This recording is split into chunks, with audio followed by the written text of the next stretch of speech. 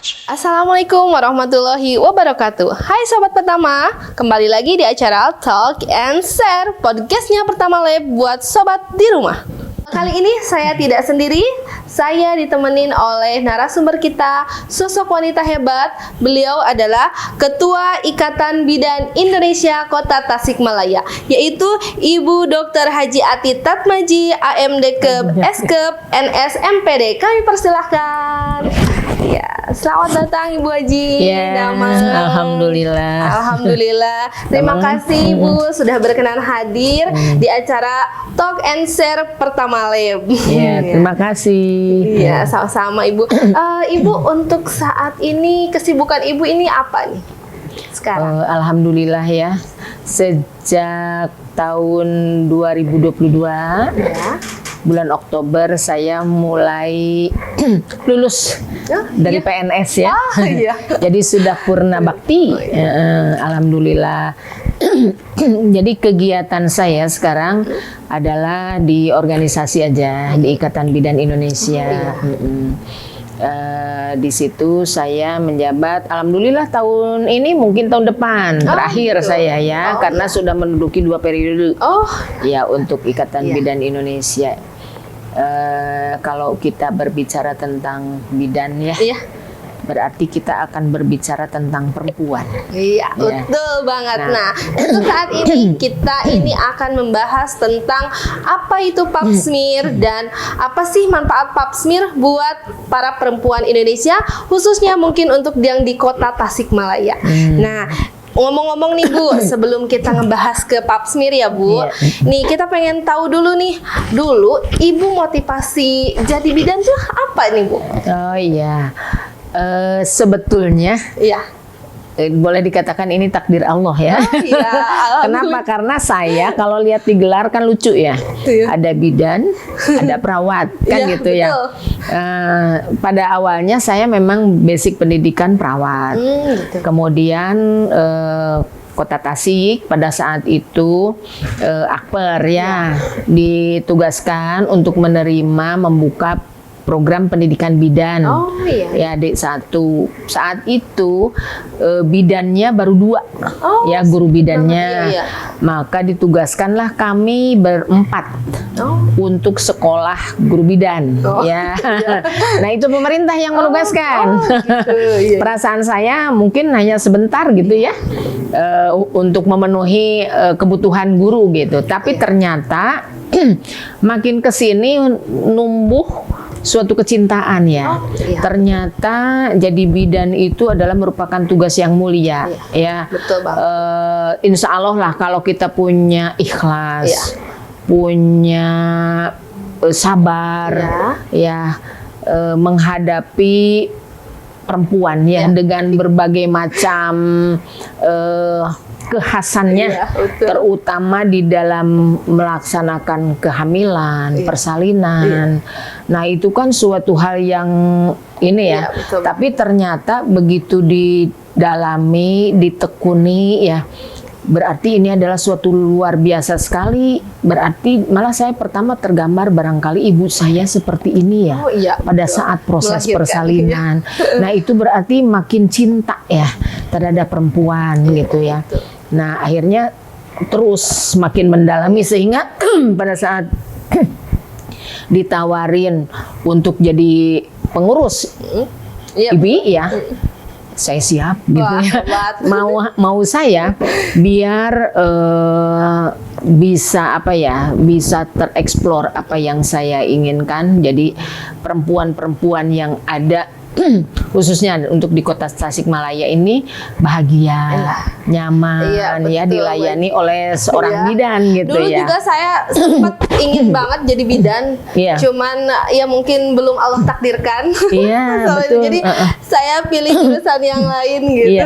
Bagus tuh, ibu kan itu ya analis ya. Saya analis cocok sekarang. Tuh nikah ya bidan dengan analis itu suatu profesi yang berdampingan ya. Karena apa? Karena terasa banget ya sama saya, apalagi dengan konflik yang ada sekarang ya. Betul. Pernikahan usia dini. Iya, banyak banget. Nah, pernikahan usia dini, usia 14 tahun ya, mereka menikah. Iya. Ya, atau anak SMP sudah hamil. Iya. Ya. Nah, mentalnya itu mungkin belum siap ya, Bu? Bukan mental aja. Iya. Kalau dilihat daripada rahim ya, iya, betul. kemudian saluran itu serviks ya. Iya. Nah, di bawah itu kan belum terbentuk dengan sempurna ya. Dimana di dalam di sana itu kan ada yang disebut sel epithelial squamous junction. Iya. Jadi kalau si anak itu, perempuan itu berhubungan, ya kelamin, ya perempuan laki-laki, maka resiko munculnya kanker serviks. Gitu. Bukan saat itu kan, kalau kanker serviks itu ya munculnya itu dari 10 sampai 15 tahun yang akan datang kan gitu. Jadi kalau pada saat 14 tahun, 15 tahun udah berhubungan seks, ya kemungkinan usia dia di 25 atau 30 sudah muncul tuh kanker serviks. Nah, itu kan suatu resiko yang besar sekali.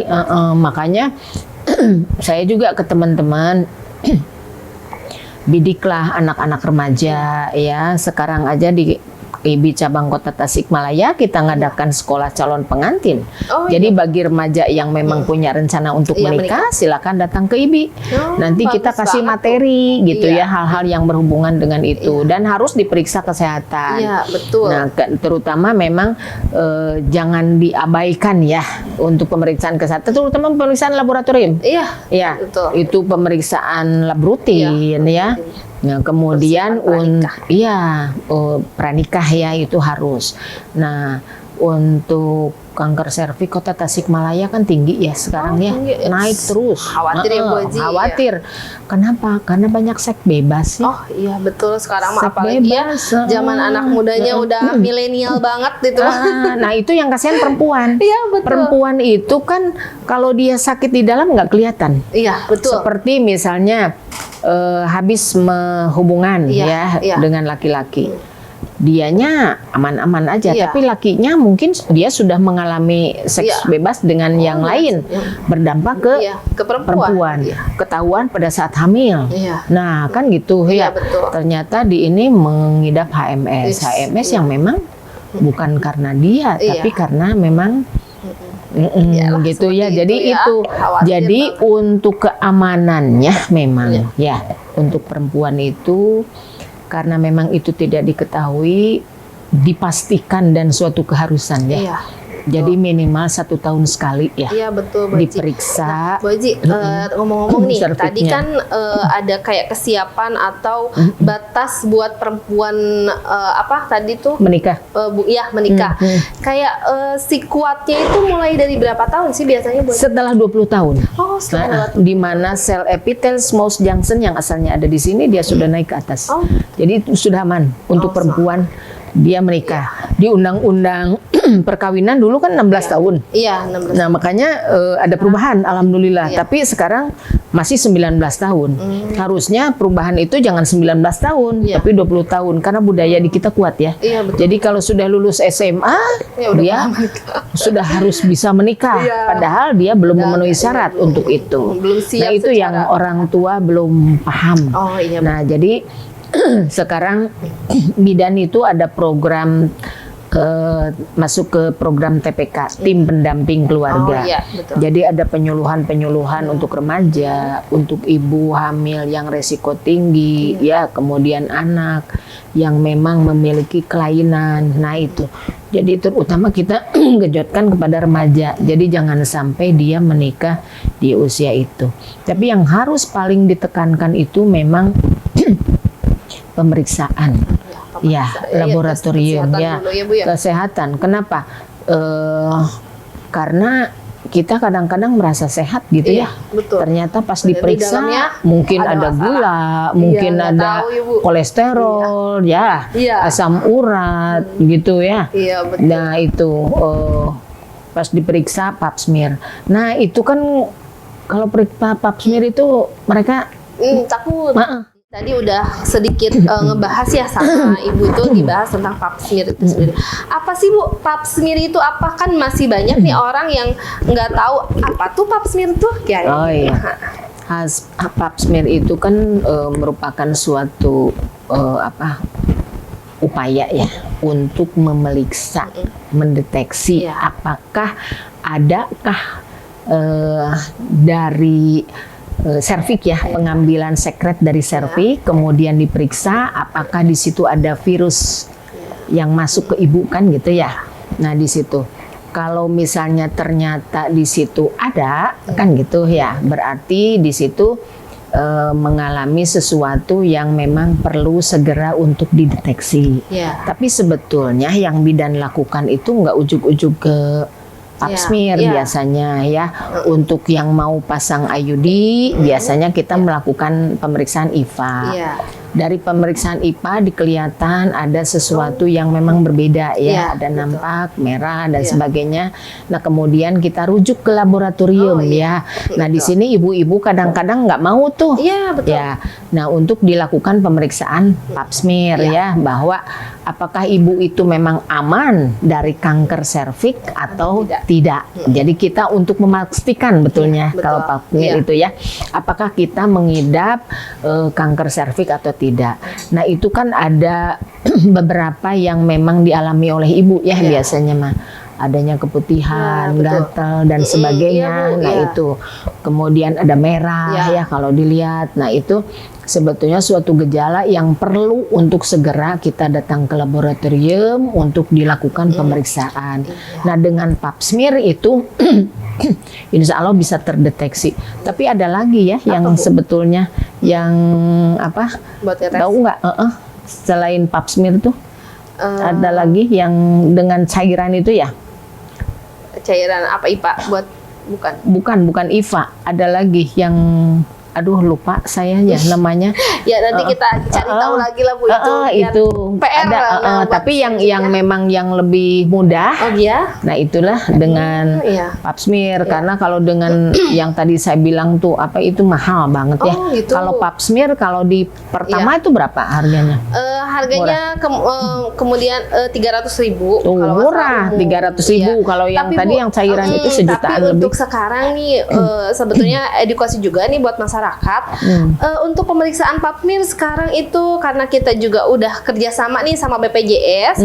Jadi untuk pemeriksaan pap smear sama IVA itu ditanggung sama BPJS Ibu. Alhamdulillah. Iya, jadi gratis. Nah itu buat silakan yang teman-teman ya. BPJS. Nah itu datang bisa langsung nanti bawa rujukan aja ke pertama, bawa rujukan dari FKTP BPJS-nya. Nah itu udah ditanggung Bu sebetulnya, udah gratis. Udah kita tuh asal maunya aja. Cuman mungkin dari masyarakat itu masih banyak nih Bu yang kayaknya takut gitu di pap smear. Bu, ayo pap smear. Takut ya, ini masih banyak seperti itu gitu. Nah, itu Bu, gimana sih solusinya juga nih buat masyarakat biar mau melakukan pemeriksaan pap smear itu, Bu? Ya saya bilang kan kalau perempuan itu penyakitnya di dalam ya, apalagi yang berhubungan dengan alat reproduksi nggak kelihatan ya, sehingga merasa tidak perlu gitu ya. Padahal itu kan sangat-sangat dibutuhkan sekali gitu ya. Kalau kesehatan itu siapa yang bisa memeliharanya kan bukan orang lain ya, harus dari diri sendiri. Nah itu mungkin yang kita butuhkan. Biasanya bidan-bidan di sini melakukan edukasi. Pada saat pasien itu datang, kontrol, dilakukan edukasi. Kemudian dilakukan kunjungan rumah, dilakukan juga edukasi di situ ya, promosi dan sebagainya diberikan. Itu memang tidak bisa sendiri ya. Gitu harus kerja bareng tim, kerja sama tim. Nah itu yang memang IBI Kota Tasikmalaya sekarang kita terapkan, yaitu yang kelas calon pengantin. Jadi ke remaja sasarannya gitu ya, untuk dilakukan pemeriksaan kesehatan. Ya, tapi ini yang perlu digalakkan itu adalah harusnya masuk sekolah ya. Oh iya, perlu ya ke sekolah. Kenapa? Karena anak sekolah sekarang sudah berhubungan seks ya. Kemarin tahu nggak ada yang melahirkan di sekolah? Ya Allah. Anak SMP ya. Nah itu kan rawan sebetulnya untuk timbulnya kanker serviks karena dia belum matang. Iya betul ya, belum matang. Ya belum matang. Alat reproduksinya itu belum matang ya. Nah gitu, yang saya katakan tadi sel epithelial smooth junction-nya itu masih di bawah, dia belum naik. Nah itu berarti harus betul ya. Jadi ke semua latihan, lapisan ya. Betul Kita harus pentahelix di sini. Iya, kayaknya butuh juga ini kayak dukungan pemerintah juga mungkin ya, kayak dimasukkan ke apa ya, kayak kurikulum, bukan kurikulum juga mungkin ya, kayak tambahan atau informasi buat teman-teman yang masih belia atau masih teman-teman SMP, SMA itu diedukasi tentang reproduksi atau apa ya Bu ya? Yang seperti itu ya. Jadi bukan bagusnya tapi bagusnya memang masuk ke laboratorium ke kurikulum sekolah. Bagus di dalam pembelajaran kesehatan reproduksi. Bagus di situ, tapi kayaknya terlalu banyak ya. Ayo atuh sama pertama kita bareng Ibi masuk ke sekolah, promosi teman-teman. Ayo juga, bareng sama bidan. Saya pernah itu ya, memang di sekolah saya juga diajarkan dulu waktu SMA memang ada sistem reproduksi ya.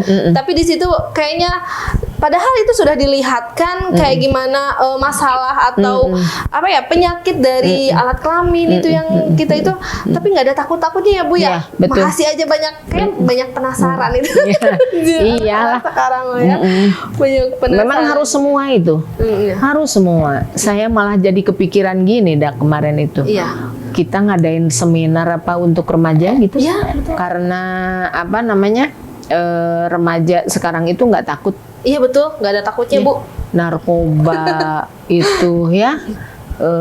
Berhubungan sesama jenis, sudah biasa, gitu ya? Berhubungan sebelum waktunya, perskot dulu ya, sebelum dinikah dikasih DP dulu. DP dulu. Nah, kalau ini kan nggak bisa begitu kalau pernikahan kan betul. Gitu. Nah, jadi nggak sehat ya. Betul. Jadi ini adalah tanggung jawab kita bersama bagaimana untuk mengingatkan ya, mengingatkan remaja-remaja untuk berperilaku sehat. Kemudian pada bapak-bapak juga nih, seneng banget jajan ya. Seneng banget jajan tuh bapak-bapak. Ke rumah perasaan dia tenang. Padahal tiba-tiba istrinya sakit. Nah, pernah datang ke saya. Oh gitu Bu. Ya, loh, Ibu, Bapak kerja di mana? Kan gitu ya. Ternyata bapaknya kerja di luar kota, gini-gini. Jadi datang ke sininya, ya sebentar lah paling katanya. Aduh, Ibu kasihan gitu ya. Nah itu yang kena getah. Anaknya, perempuan, istri dan anak ya. Nah itu yang seperti itu mungkin. Ini dari saya lihat malah dari Kemenak juga sudah biasa ya memberikan itu. Tapi kayaknya harus diramu jadi satu, semua ikut di situ untuk ini karena memang nggak bisa sendiri. Tapi harapan saya sih pertama lah ya, tidak pasif. Doakan aja Bu. Tidak pasif, jadi aktif gitu ya. Ikut bareng kami melakukan edukasi edukasi ke sekolah-sekolah atau ke masyarakat gitu. Sehingga kalau semua bisa terlibat, bisa aktif, mudah-mudahan masalah kanker serviks di Kota Tasikmalaya ini tapi alhamdulillah ya sekarang BPJS ya sudah ini dan pertama sudah nerima BPJS ya. Terima. Kalau yang bayar 300 itu kalau umum. Itu kalau umum. Kalau pasien tersebut mungkin belum memiliki BPJS. Kan harus itu harus tahun sekali. Nah, jadi yang di cover BPJS? Itu untuk yang di cover BPJS sekarang itu 3 tahun sekali, Bu. Oh, 3 tahun sekali. Gitu. Bagusnya sih setahun sekali ya. Iya betul, karena kan buat ngecek mungkin secara rutin itu harus tahu. Tapi ya tetap aja gitu masalahnya masalahnya tuh sekarang itu yang kami hadapi tuh banyak sekali masyarakat atau perempuan di Kota Tasikmalaya sendiri itu pada takut. Nah, itu yang mungkin harus selalu digencarkan ya, atau kayak diedukasi apa sih manfaat-manfaatnya. Mungkin nih Ibu bisa ngejelasin lagi nih manfaat banget yang buat masyarakat atau wanita gitu, khususnya mungkin kalau saya pribadi gitu ya, pap smear atau cek kesehatan buat kita sendiri gitu ya. Gitu. Sebetulnya kan seperti tadi saya bilang bahwa kesehatan itu adalah milik diri kita sendiri. Betul. Dan siapa yang bisa membuat sehat itu adalah diri sendiri. Ya. Promotif dan preventif itu lebih utama dibandingkan kuratif. Kuratif itu kan mahal. Kalau promotif kita tinggal bagaimana meningkatkan meningkatkan kesehatan kita, olahraga kan gitu ya, beribadah yang benar, personal hygiene yang baik ya, kebersihan perineal hygiene itu mesti bagus gitu kan, pakai sabun, ceboknya harus benar kan gitu ya, kemudian berhubungan kelamin juga harus benar, harus pakai doa ya, kemudian wudhu dulu, bersihkan dulu. Nah, kemudian apabila kita menemukan adanya suatu gejala ketidaknyamanan dalam diri, jangan nunggu orang lain nyuruh ya, karena orang lain tidak tahu diri kita ya, jadi kita mesti harus datang sendiri gitu kan ke tempat kesehatan ya. Tempat kesehatan. Saya menghidupkan ini untuk deteksi ya kanker serviks itu ya dengan WhatsApp, Google ya, Google Form. Jadi itu dengan anak bidan yang lagi ngambil praktek, yang profesi. Nah, kemudian Bu gimana ya untuk deteksi dini dari itu? Nah, dia bikin Google Form ya, kemudian di situ ada gejala apa, apabila terjadi gini datang langsung ke lab, terus atau datang langsung ke puskesmas. Nah, itu salah satu upaya yang memang diberikan. Alhamdulillah katanya datang kunjungan ke puskesmas meningkat gitu. Jadi mungkin kalau mau ini saran aja Pertama Lab memberikan share ya, pengenalan untuk mengenal gejala itu. Kalau itu silakan datang. Nah, itu yang dibagikan berupa melalui WhatsApp. Nanti dia bisa trek kalau misalnya dia bisa hanya cebok ya, bisa dengan cukup kalau misalnya gejala sudah ini periksa ke langsung ke lab. Nah, kalau yang seperti itu mungkin itu bisa membantu. Jadi apakah saya diem ataukah harus pergi? Nah, mereka kan nggak tahu. Iya, betul. Nah, sekarang kan mau elektrik ya, bisa kita kasih silakan pengenalan sehingga mereka bisa datang gitu. Tapi mungkin ambil aja salah satu ya. Teh, jadi gini ya, untuk supaya masyarakat mau pemeriksaan pap smear, jadi jangan ujuk-ujuk ke pap smear ya. Mungkin pengenalan deteksi kelainan, screening. Nah, itu silakan poin-poinnya apa, nanti mana poin mana dia akan ketemu bahwa dia harus datang ke laboratorium. Jadi kalau disuruh masyarakat mah nggak mau ya, kalau disuruh ayo sok ke lab itu susah nggak mau dia. Ya saya ingat aja almarhum suami saya, sok cenah ke rumah sakit Santosa ke Bandung ya, di MRI. Pas udah pulang ke rumah, kalau depan dokter mah iya pulang ke rumah. Di Bandung teh menang diagnosa. Kan gitu. Jantung. Kan ti dokter geges ngomong jantung. Ngeus we. Nah, nggak pergi selamat. Betul. Nggak mau dia. Kenapa nggak mau? Dulu juga cenah ini takut kan gitu ya. Karena masuk ruangan gitu ya. Masuk kayak tabung gitu ya, masuk gitu kan sendiri, gitu. Jadi disuruh itu nggak mau. Jadi mungkin sistemnya diingatkan ya, diingatkan, dia merasakan bahwa itu ini kok ini seperti yang saya miliki. Nah, maka dia datang sendiri. Kayaknya harus gitu deh sekarang itu. Betul. Iya, mungkin nih untuk dari podcast saat ini nih buat teman-teman atau buat masyarakat perempuan khususnya yang akan melakukan pap smear, mungkin sekarang diedukasi betul ya Bu ya. Terus dibikin kayak Google Form atau screening awal yang mungkin nggak langsung nanti ke pap smear sendiri ya Bu ya, tapi baiknya mungkin apalagi yang sudah berkeluarga atau yang sudah menikah ya Bu ya, yang bisa dites untuk pap smear itu sendiri. Nah, untuk manfaatnya sendiri, pap smear itu bagus banget buat para perempuan. Itu buat tes kesehatan kita sendiri ya. Jadi untuk terhindar dari kanker serviks ya Bu ya. Betul. Nah, terima kasih Bu untuk datang ke podcast kali ini. Banyak banget ilmu yang bermanfaat. Mudah-mudahan bermanfaat juga buat saya dan teman-teman semua yang mendengarkan podcast ini, dan semoga Ibu selalu sehat ya. Amin. Selalu sukses, selalu doakan kita semua juga mudah.